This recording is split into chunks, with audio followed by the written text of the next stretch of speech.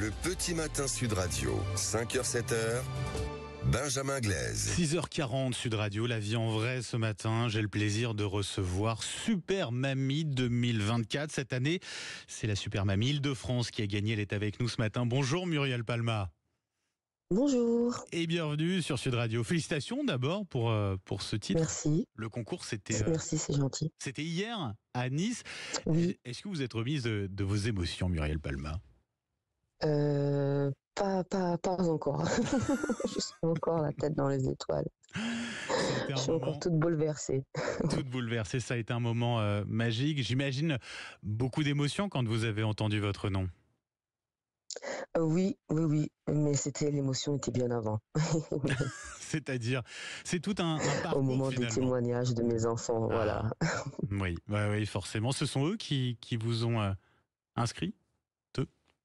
Non, pas du tout, c'était moi. C'était moi. C'était une démarche personnelle. Voilà, un pur hasard. Voilà, j'ai vu en allant chez mon fils, j'ai vu le panneau, la publicité pour une inscription, et puis je suis tellement fière d'être mamie, je me suis dit tiens, allez, je vais faire ça pour rigoler, et puis voilà, je me suis laissée entraîner pour une rigolade, je me suis laissée entraîner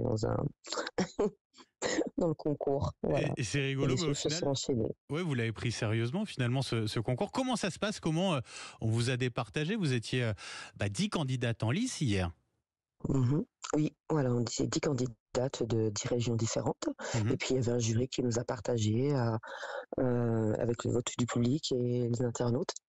Et ils ont choisi, ils nous ont sélectionné avec des séquences challenge, émotions et témoignages de nos enfants. Qu'est-ce qu'ils vous ont dit, vos enfants? Qu'est-ce qui vous a particulièrement marqué dans leur témoignage? Ouais. Alors, mon troisième fils a témoigné. Ouais. Parce que mon fils est, comme il l'a dit, gay et efféminé.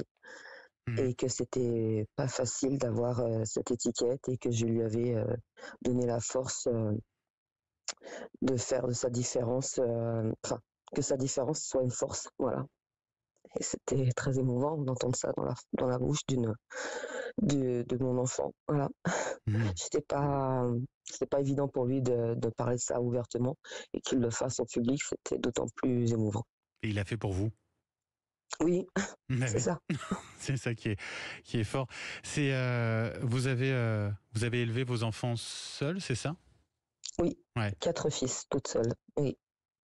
Et ça aussi, c'est quelque chose de très fort. Oui. Ça a été un choix de vie. Quand c'est compliqué dans un couple, il vaut mieux se séparer et rester en très bon terme. D'ailleurs, je suis en très bon terme avec les deux, pardon. 50 ans. Vous étiez la Benjamine de ce concours. C'est une jeune super mamie, quoi, Muriel. Oui, ils peuvent être mamies assez rapidement, voilà. Quand j'ai questionné autour de moi, elles ont été mamies à peu près dans mes âges d'ailleurs, vers 50 ans. Sauf que à l'époque, elles ont peut-être pas osé s'inscrire, alors que moi, en étant jeune mamie, parce que ma petite fille a 14 mois, voilà, je suis la Benjamine du groupe. Bon, et c'est quoi le quotidien de Super Mamie 2024, Muriel Palma? Vous continuez de travailler, vous êtes active, vous êtes engagée? Oui, à 50 ans, oui.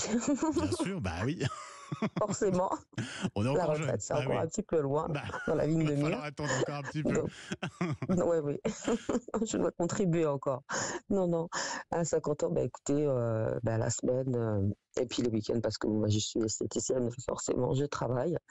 Et puis, j'ai mes activités, parce que j'ai encore un ado de 13 ans à élever.